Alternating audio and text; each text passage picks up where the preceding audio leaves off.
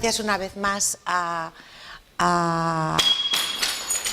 Farmaindustria por invitarme a esta mesa redonda y en general a la organización de estas magníficas jornadas. El otro día hablábamos que es un punto de encuentro ya, podemos decir, tradicional de todos los que trabajamos en este ámbito, que todos procuramos, sea cuando sea, aunque sea una semana anterior a la Semana Santa, procuramos hacer un esfuerzo de estar aquí porque es un lugar de encuentro que ya se ha establecido y que realmente tenemos mucho que agradecer, y uno de los puntos precisamente es en los desarrollos que hemos hecho en este proyecto que coordinamos Ángel Carracedo, que creo que es conocido de todos. Él dirige la Fundación Gallega de Medicina Genómica y yo en el grupo Biofarma, como ha comentado Julia.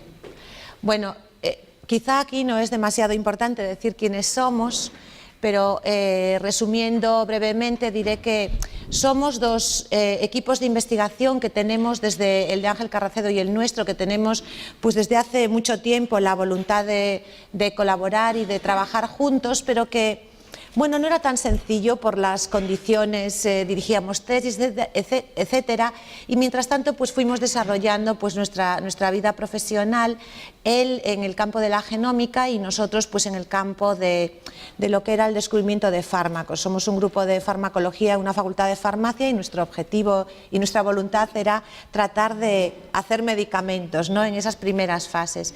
Y esto pues lo orientamos siempre a hacerlo con quienes acababan llevando los medicamentos a los pacientes, que es el entorno industrial.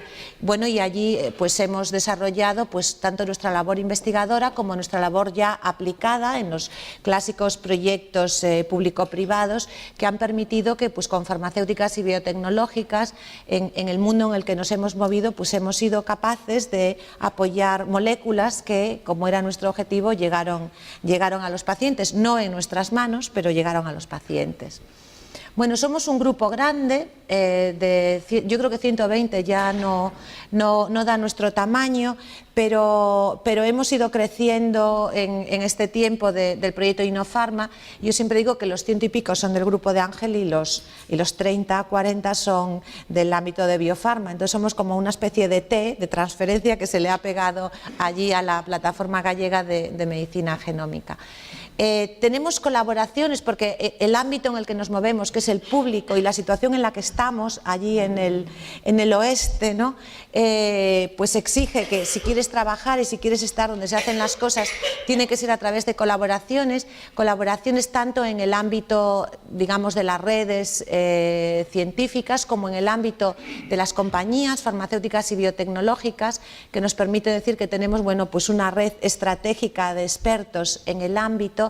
Y luego siempre decíamos que teníamos un modelo que podía considerarse validado, porque frente pues a los tradicionales riesgos financieros, técnicos, de ejecución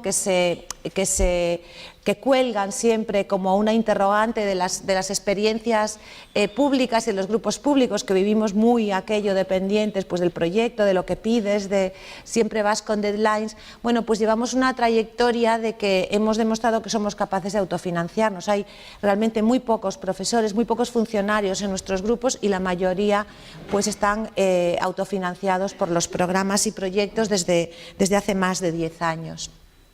Bueno, ¿y dónde nos sitúa Innofarma? Bueno, pues Innofarma empezamos a pensar en él en 2012, realmente empezó a ejecutarse en 2013 por los retrasos de los fondos que ocurren siempre, hasta 2015.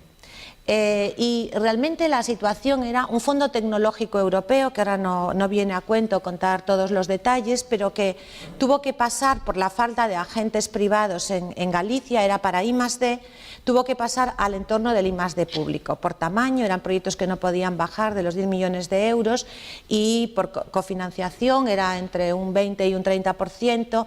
Entonces, bueno, en ese momento nosotros decidimos unirnos, teníamos, pues precisamente por el tipo de contratos que teníamos, la posibilidad de cofinanciarlo, y nos planteamos pedir un proyecto que uniese nuestras capacidades. Entonces, ¿cuál era el objetivo principal? ¿Cuál era, digamos, para nosotros la primera necesidad en el entorno del I+D en Galicia, pues era este problema, ¿no? Esta ya, en España también, pero yo creo que en Galicia todavía más acusado, esta falta de conexión entre la buena investigación en el ámbito biomédico y la falta de aplicación a I+D y al desarrollo, digamos, del entorno, podríamos decir, pues eso, de I+D, más empresarial.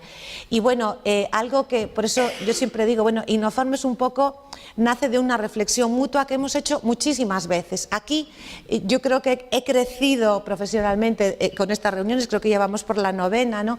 Y desde el principio se llamaba la atención de esto, ¿no? De cómo vamos a hacer para unir la capacidad pública, tanto en el ámbito más, podríamos decir, más básico, si queréis más temprano, o más del ámbito clínico, con las empresas. Aquí está Cecilia y Marta, que han luchado denodadamente por esto. Ha habido todo tipo de proyectos. Aquí hablamos de CENIT, hablamos de CIEN, hablamos de IMI, etcétera. Bueno, pues ¿qué pasa? Pues ahora tenemos 10 millones de euros en un presupuesto y podemos hacer algo en el ámbito público. Bueno, pues nos planteamos cómo podríamos tratar de hacer un poco más pequeño ese gap, ¿no? De contribuir a crear un puente. Y ese es el gran objetivo de Innofarm, acercar, digamos, esos dos ámbitos. Y lo hemos hecho con 3 pilares, básicamente. Uno era que si queríamos conectar la parte más clínica, sobre todo del entorno de genómica de Ángel y de medicina genética y de estratificación de poblaciones, aplicarlo a Drug Discovery, necesitábamos ampliar infraestructuras y, claro, infraestructuras capaces de tener, bueno, pues el throughput, la capacidad de conectar con los datos genómicos de una plataforma, pues de las más grandes que tiene Ángel a nivel europeo. Pensamos que era importante tener una quimioteca para empezar a marcar, bien como herramientas, bien como hits, como principios de fármacos, moléculas, en los ensayos que se hiciesen en la plataforma. Y luego el tercer pilar es, bueno, y una vez que tengamos una plataforma, la infraestructura y las moléculas, ¿qué vamos a hacer con ellas, ¿no?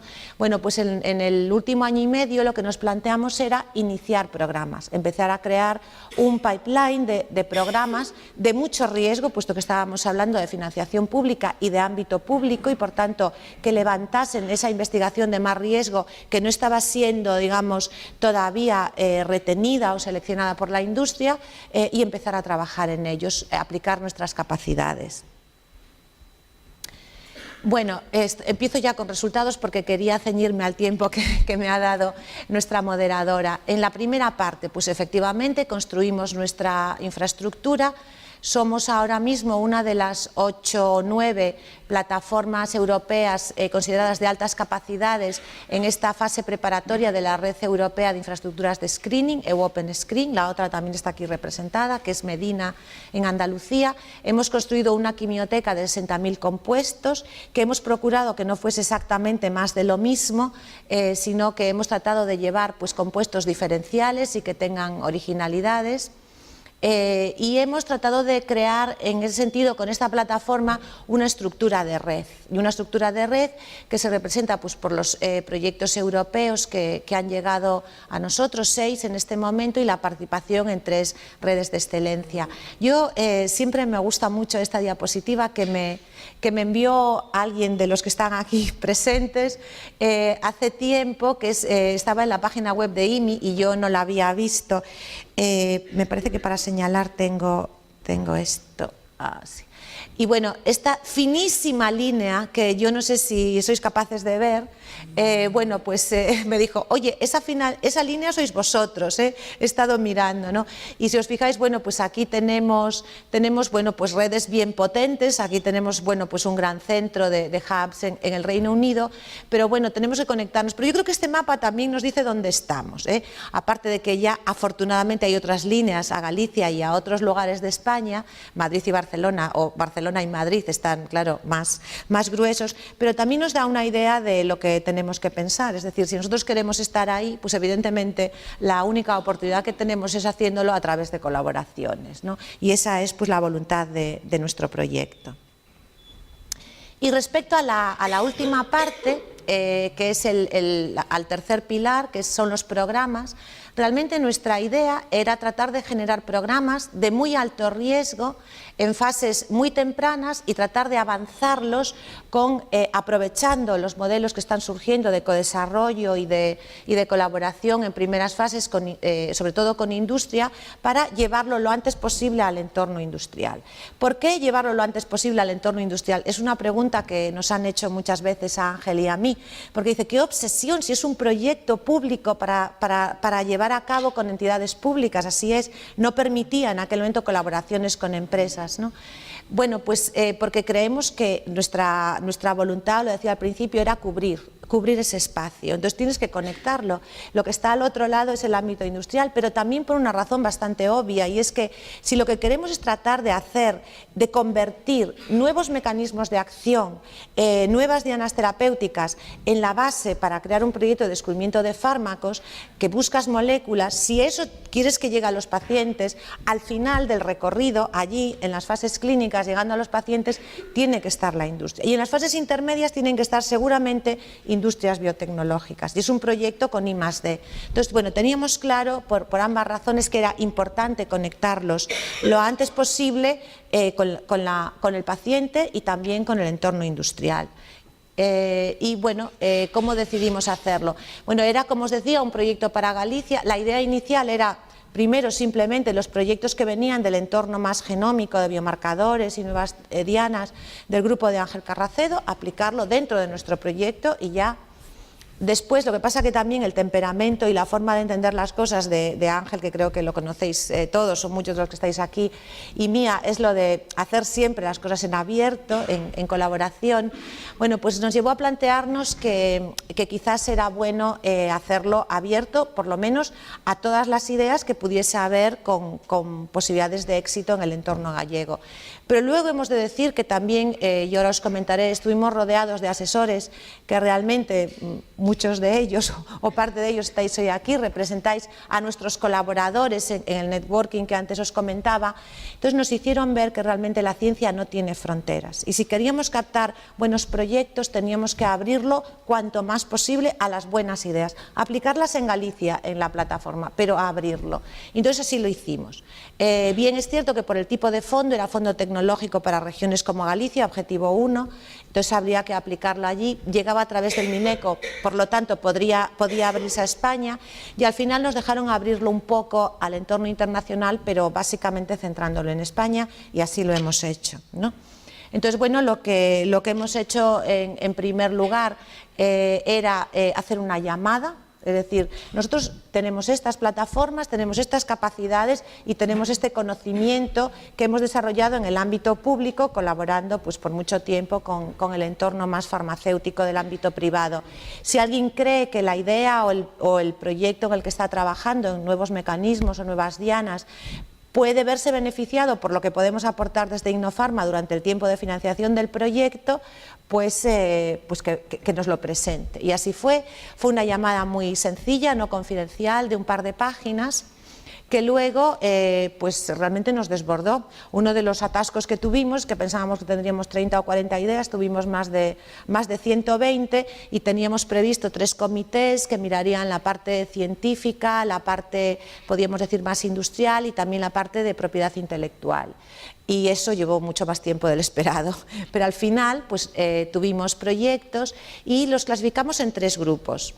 Realmente el tipo de proyecto esencial en el que estábamos pensando, que se ajustaba a nuestras capacidades, era pues, reproducir lo que habíamos hecho durante tanto tiempo, ya más de 15 años, con el entorno de industria farmacéutica o de industria biotecnológica, que era más en estas fases, screening y luego hasta candidata preclínica, pero vimos una serie de proyectos extraordinariamente creativos, poderosos, disruptivos, de muchísimo riesgo, pero que era importante tratar de ver, nosotros decimos el go o no go, las posibilidades, donde a veces vienen pues, los investigadores al laboratorio y ahí tratamos de ver pues, aquello de si esto podría convertirse en fármaco, la drogabilidad, que sé que es una palabra que no debe de existir, si se puede desarrollar ensayo. A este tipo de programas le llamamos Open Lab, que encaja mucho con el Open Lab que se propone hacer la Red Europea de Infraestructuras de Screening, y luego también proyectos preclínicos. En este tipo de proyectos, de hecho tenemos uno que ya ha entrado a fases clínicas, estamos hablando y pensando, y de hecho son sobre todo proyectos de reposicionamiento.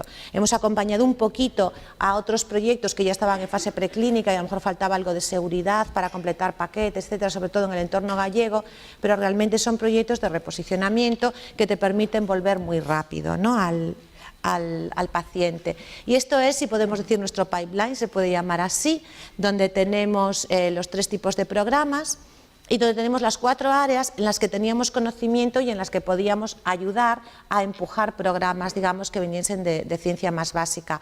Inflamación, cáncer, metabolismo, el centro CIMUS donde estamos es pues 80% metabolismo, y luego muy importante para nosotros neurológicas y psiquiátricas, y con especial énfasis en dolor. Sabéis que nosotros tenemos desde hace mucho tiempo una colaboración con Esteve en la que hemos aprendido mucho, tenemos una unidad mixta en los nuevos modelos de financiación de Galicia y estamos muy centrados en la investigación de dolor. Y luego tenemos enfermedades raras. Un proyecto público financiado con fondos públicos nos parecía muy importante que dedicase sus recursos y su conocimiento también a la investigación en enfermedades raras, pero no lo abrimos a todas en principio porque realmente pensábamos que donde podríamos aportar algo desde lo que era el proyecto Innofarma era en las áreas en las que teníamos conocimiento. Entonces era enfermedades raras, si lo veis es como en horizontal, cruzando pues las 4 grupos de áreas en las que tenemos know-how y en las que podríamos ser más útiles a los proyectos. No me voy a parar en esto, realmente esto fue la expresión de interés, como veis era bastante sencilla. Luego en las seleccionadas, después de pasar los 3 comités, ahí nos atascamos varios meses, pero al final yo creo que salieron proyectos muy buenos y muy bien armados. Se firmaba un acuerdo de confidencialidad por el cual habría interlocutor único, eso nuestros asesores, sobre todo del ámbito industrial, lo tenían muy claro. Dicen que uno de los grandes problemas que siempre se encuentran en España es que cuando intentas cerrar un proyecto importante empiezan a aparecer instituciones que tienen parte en el proyecto y a lo mejor te tienes que sentar con 4 instituciones que encima no se ponen de acuerdo y que eso a veces es la causa de abandono de proyectos. Entonces decían, un único interlocutor, por supuesto se firma por parte de todos, no somos representación en firma, pero sí interlocución, y cuando hay acuerdo pues todas las instituciones participantes se unen para firmar. Elaboramos una hoja de ruta, el roadmap clásico de los proyectos y los tiempos, es decir, a dónde nos dirigimos. Desde aquí que empezamos en la búsqueda de hits, pero nosotros siempre miramos hacia candidatos a preclínica. Bueno, eso es la forma en la que continuamente trabajamos en el Steering Committee, y luego la información que damos pues es, digamos, a nivel externo y a nivel de colaboraciones, pues esa especie de ficha no confidencial que ahora mismo es la que se pide en todas partes por el tema del dinamismo, y luego acompañamos con el dossier, que como todos sabéis, donde guardas toda la información para, pues eso, para todo lo que es tema de propiedad intelectual, licencias, patentes, etcétera. Este es el prototipo de un programa de Innofarma, porque no he querido pararme a pasar el pipeline para luego dar tiempo también a que podamos discutir. Nosotros, como visteis en el Mabel, mapa... ¿Sí? Perdona, ves acabando. Gracias. Que tengo 2 minutos. Justo. Sí. Sí, bueno, pues perdón, ya me lo temía. Bueno, como visteis en el mapa, realmente tenemos que tener, aparte de elementos de colaboración, elementos de diferenciación. Y esencialmente nuestros elementos de diferenciación es la base genómica, digamos. Por lo tanto, nosotros partimos, nuestro proyecto ideal es aquel que parte de un dato relacionado con una población que se puede estratificar con un biomarcador, que tenemos identificado desde el principio, y luego para esa población iniciamos el programa clásico, que ya no me voy a parar porque creo que lo conocéis todos. Tenemos la suerte de que tenemos un ecosistema en Galicia que empieza desde los centros de investigación, lo va haciendo más aplicado al Instituto de Excelencia del Carlos III y el propio hospital, con lo cual podemos hacer el recorrido y podemos llegar a fases 0 o pruebas de concepto en la misma población que estamos, digamos, estratificando y validando biomarcadores desde el principio. Bueno, pues tengo que pasarlo muy deprisa, pero me parece importante señalar, porque puede servirnos para el debate, que realmente lo que hemos ido firmando son una serie de acuerdos. Tenemos ahora mismo acuerdo con 25 centros en España que colaboran en nuestros programas y que realmente nos han permitido también crear una red que está financiada por el Mineco, que es de excelencia en Drug Discovery, en la que están implicados pues, los centros que ahora mismo están especializados en Drug Discovery en España. Y bueno, la idea de todo eso es ser capaz de que Innofarma haya sido como el primer paso para catalizar, pero que pueda permitirnos que este procedimiento, que creo que ha sido exitoso, pues pueda continuar hacia adelante. Hemos firmado contratos con muchas compañías, con 5 compañías para colaboraciones concretas ya cubiertas por un contrato, digamos, paraguas. Uno de los programas Innofarma fue ganador en el entorno de estos programas que llaman investigación independiente, que entra a las compañías a través de estas páginas web que buscan nuevos programas. Pues uno de ellos fue concretamente con la compañía GSK en el Fast Track Challenge del año pasado, de 2015. Tenemos un programa en prueba de concepto ya en fases clínicas, uno que venía de posicionamiento, y quizá lo más importante es que realmente se han generado puestos de trabajo que han atraído y retenido personal, yo creo que muy bueno, del entorno internacional, que no podían volver a Galicia o a España por la crisis en la que estábamos. Y bueno, ¿cómo hemos hecho? Y con esto ya voy a terminar.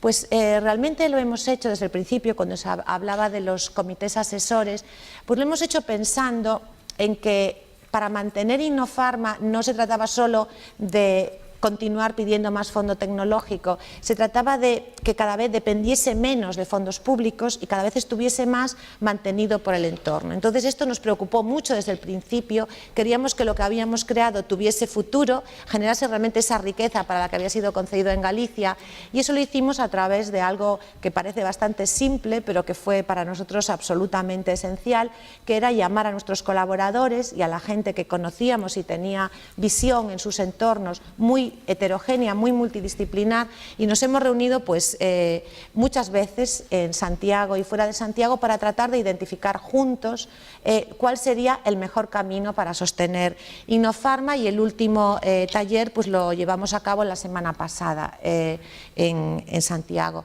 Creo que no vamos a pararnos en el taller, creo que las ideas claves ya las he dicho, vinculadas a los proyectos, y me voy a pasar ya al final. Este es el modelo de sostenibilidad elaborado, aparte de por estas reuniones continuas, por un comité que empezó de 15 y más o menos de 20 personas de distintos ámbitos, con mucho énfasis en el ámbito, si queréis, pues financiero o de los negocios.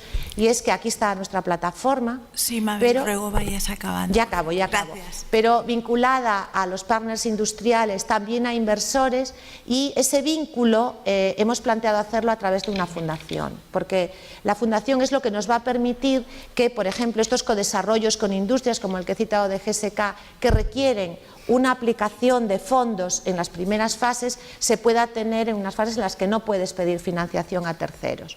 Y también pensamos que de la fundación, en los proyectos que sean de interés y se ajusten, se podrían crear empresas para desarrollar proyectos concretamente buscando ya inversión privada para eso. Y lo siento mucho haberme pasado. Gracias. Muchas gracias.